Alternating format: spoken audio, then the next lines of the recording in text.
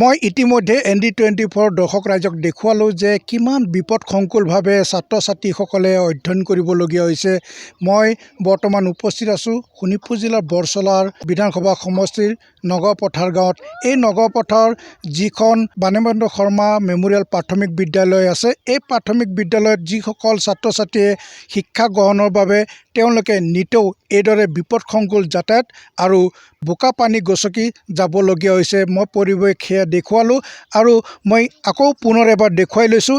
এইখন তামাৰী গাঁও পঞ্চায়তৰ অন্তৰ্গত এখন গাঁও, যিখন গাঁৱত এটা কালভাৰ্ট তেওঁলোকে নিৰ্মাণ কৰিছিল যাতে বাণীবন্ধু শৰ্মা মেমৰিয়েল প্ৰাথমিক বিদ্যালয়ত যিসকল ছাত্ৰ ছাত্ৰী আছে তেওঁলোকে অহা যোৱা কৰাৰ ক্ষেত্ৰত সুবিধা লাভ কৰে। কিন্তু গাঁও পঞ্চায়তৰ প্ৰতিনিধিসকলৰ চৰম গাফিলতিৰ বাবে আজিও এই স্থানত কিন্তু যি ধৰণে পকী কালভাৰটো নিৰ্মাণ হ'ব লাগিছিল ঠিক তেনেদৰে পকী কালভাৰটো নিৰ্মাণ নোহোৱাৰ ফলত আজি ছাত্ৰ ছাত্ৰীসকলে বিদ্যুৎ খুঁটাৰ ওপৰেদি অহা যোৱা আৰু বোকা পানী গচকি একাংশ ছাত্ৰ ছাত্ৰীয়ে অধ্যয়নৰ বাবে বিদ্যালয়লৈ যাবলগীয়া হৈছে। মোৰ সৈতে এখন বিদ্যালয়ত অধ্যয়ন কৰা এজন ছাত্ৰ আছে। মই ছাত্ৰজনৰ পৰাই কথাখিনি জানিম বিচাৰিম।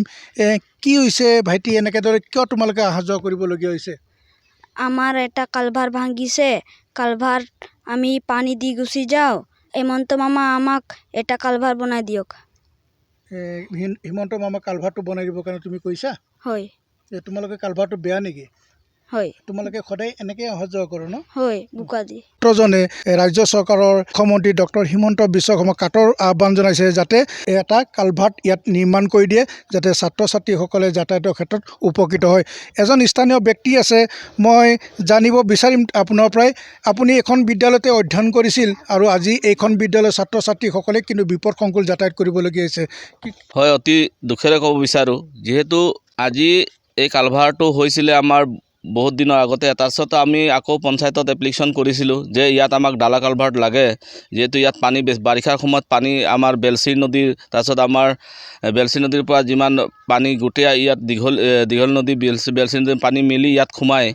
তো আজি এনেকুৱা অৱস্থা হৈছে য'ত নেকি ষ্টুডেণ্টে বোকা গচকি যাব লগা হয় আৰু এই পকী খুঁটি যোনটো দিয়া হৈ গৈছে কাৰেণ্টৰ খুঁটি তাৰ ওপৰেদি খোজকাঢ়ি যাব লগা হয়।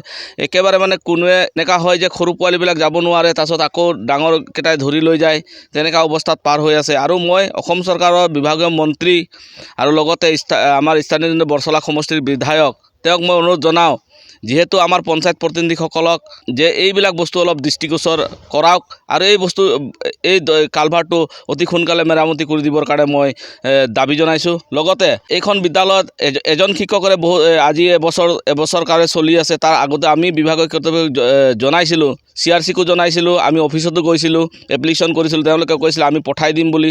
কিন্তু বিভাগীয় কৰ্তৃপক্ষৰ গাফিলতিত আজিলৈকে এজন শিক্ষক দিব নোৱাৰে। এনেকুৱা বিভাগৰ যোনখিনি কৰ্মচাৰী আছে তেওঁলোকক আমি কৈছিলোঁ যে আপোনালোকক আমি হাতযোৰ কৰিছোঁ যে আমাক ইয়াত এজন মানে শিক্ষক লাগে। তেওঁলোকে এতিয়া আমাক কৈছিলে যে ষ্টুডেণ্ট নাই, কিন্তু আজি আমাৰ 50জনতকৈ ওপৰত ষ্টুডেণ্ট আছে ইয়াত, কিন্তু তেওঁলোকে আজি তেওঁলোকৰ গাফিলতিৰ কাৰণে শিক্ষক পাবৰ কাৰণে সম্ভৱ হৈ উঠা নাই।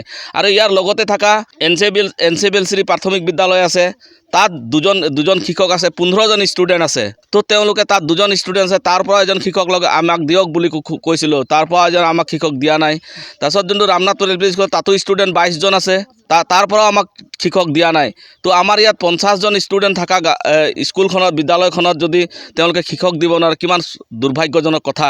মই অসম চৰকাৰক অনুৰোধ কৰিব বিচাৰোঁ যাতে অতি শীঘ্ৰে শিক্ষক দিয়াৰ ব্যৱস্থা কৰক আৰু আমাক এই দলংখন বনাবৰ কাৰণে ব্যৱস্থা কৰি দিয়ে যেন। স্থানীয় ব্যক্তিজনে কৈছে যে এইখন বাণীবন্ধু শৰ্মা মেমৰিয়েল প্ৰাথমিক বিদ্যালয়ত এজন শিক্ষকৰে চলি আছে আৰু সেই বিদ্যালয়খনত পুনৰ এজন শিক্ষক নিযুক্তি দি শিক্ষাৰ ব্যৱস্থা উন্নত কৰিব দাবী জনোৱাৰ সমান্তৰালভাৱে এই স্থানত যিটো বিধ্বস্ত কালভাৰ্ট, অৰ্ধনিৰ্মিত অৱস্থাত কালভাৰ্টটো পৰি আছে, এই কালভাৰ্টটো নিৰ্মাণৰ বাবে বৰচলা বিধানসভা সমষ্টিৰ বিধায়ক ঋতুপৰ্ণ শৰ্মাক এই স্থানীয় ৰাইজে দাবী জনাইছে।